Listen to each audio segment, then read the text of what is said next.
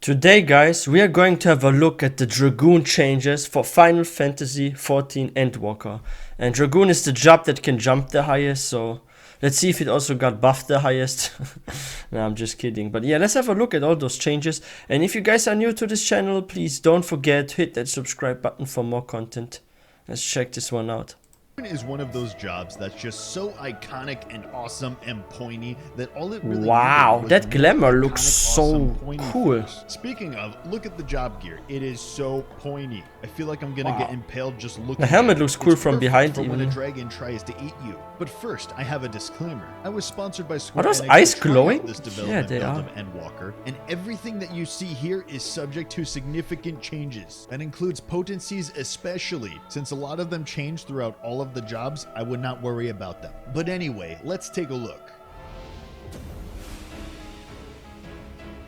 Dragoon's rotation was already pretty streamlined in Shadowbringers, but now it runs like a sports car. You've got new finishers, new tools, and more quality of life. Firstly, Blood of the Dragon is no longer an ability, but a permanent trait. This means you get it for that's a free good and change. You can never drop your dragon balls. I mean, eyes. You don't go blue all the time anymore, but hey, that just makes Life of the Dragon more special. Full Thrust was upgraded to Heaven's Thrust, and Chaos Thrust. Wait. This was upgraded, Heaven's Thrust. Delivers an attack with a potency of 100.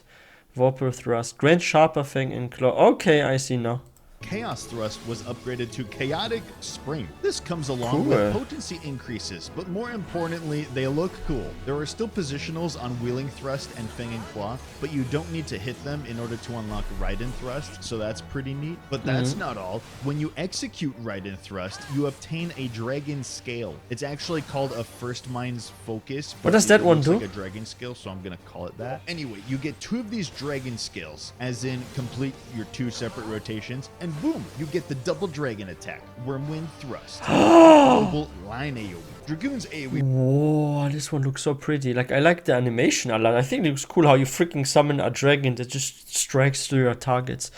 Here, Wormwind Thrust delivers an attack to all enemies in a straight line before you with a potency of 370 for the first enemy and 50% for all remaining enemies. Yo, what's up with those freaking skills that go like a straight line? Like, we saw that like last time on the freaking Dragoon. We saw this also with like the freaking chainsaw on the freaking machinist. Like, so many jobs are getting this kind of skills where you shoot like an AoE, but it only goes like in a straight line in front of you. So it's like one thing I don't like about those skills is like you have to have perfect positioning to effectively use that, right? Because if it goes into like a straight line in front of you and any like targets that are behind it, like you need to group up like multiple targets in a way where you can hit as many as possible, right? I feel like it's so difficult if you have like a straight line AoE attack, right? Wormwind Thrust, an off-global line AoE. Dragoon's AoE But it does hit quite hard, so if you pull it off well, you do good damage. And you unlock a new AoE that replaces Doomspike called Draconian Fury, which will also give you a Dragon Scale. And nice. you remember the 10% get those faster damage then. buff you used to get from Disembowel? Well, now it's called Power Surge, and you get it from doing your AoE combo too. That's right, you can rejoice now. And in fact, whenever you complete Your Dragoon either is your cool. AoE combo or your single target combo, you'll end up having both Raiden Thrust and Draconian Fury ready, so it provides an on-ramp to switch between single target and AoE combos easier. There's a couple other changes, like Lance Charge is now a 10% buff, but it's on a minute cooldown, so you'll be using it more often. Along with Battle Litany being 2 minutes instead of 3 and for 15 seconds. And Spine Shadow Dive gets 2 charges now, so there's even more chance. There we have this again, 2 charges. That's like what all jobs are basically getting now, 2 charges. But one thing is like interesting, so like Battle Litany, for example, like they reduced the recast time, right? Like from 3 to 2 minutes and stuff.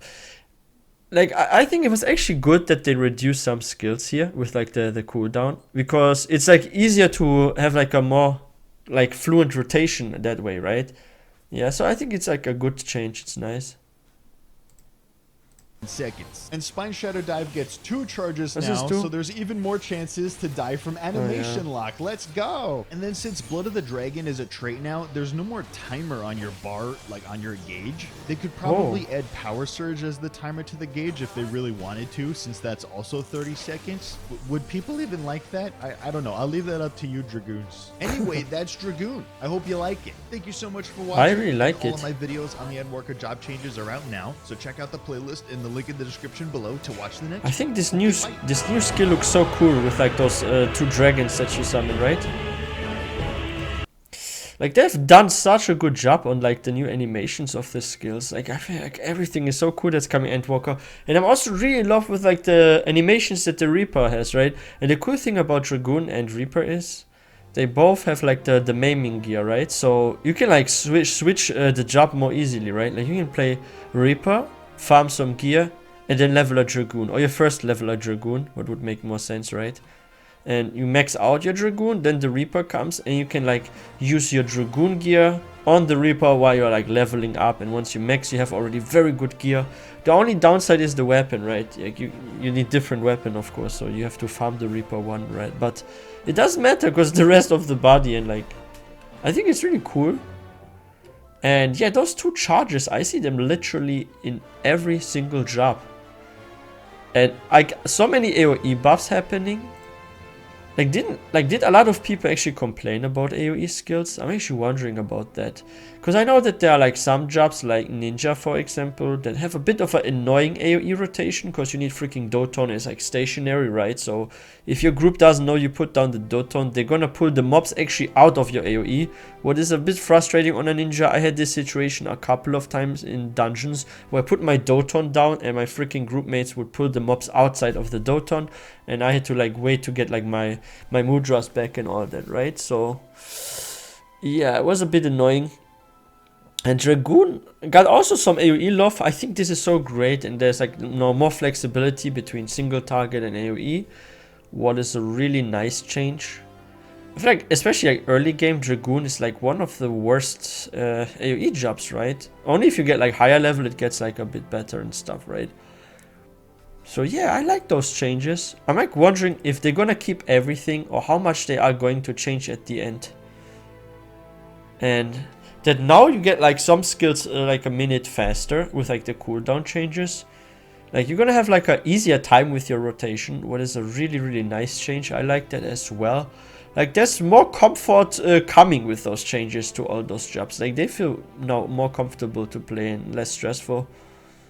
But yeah, let's see how things will turn out. If there will be a DPS melee meta, like what will be the melee DPS meta, let's see.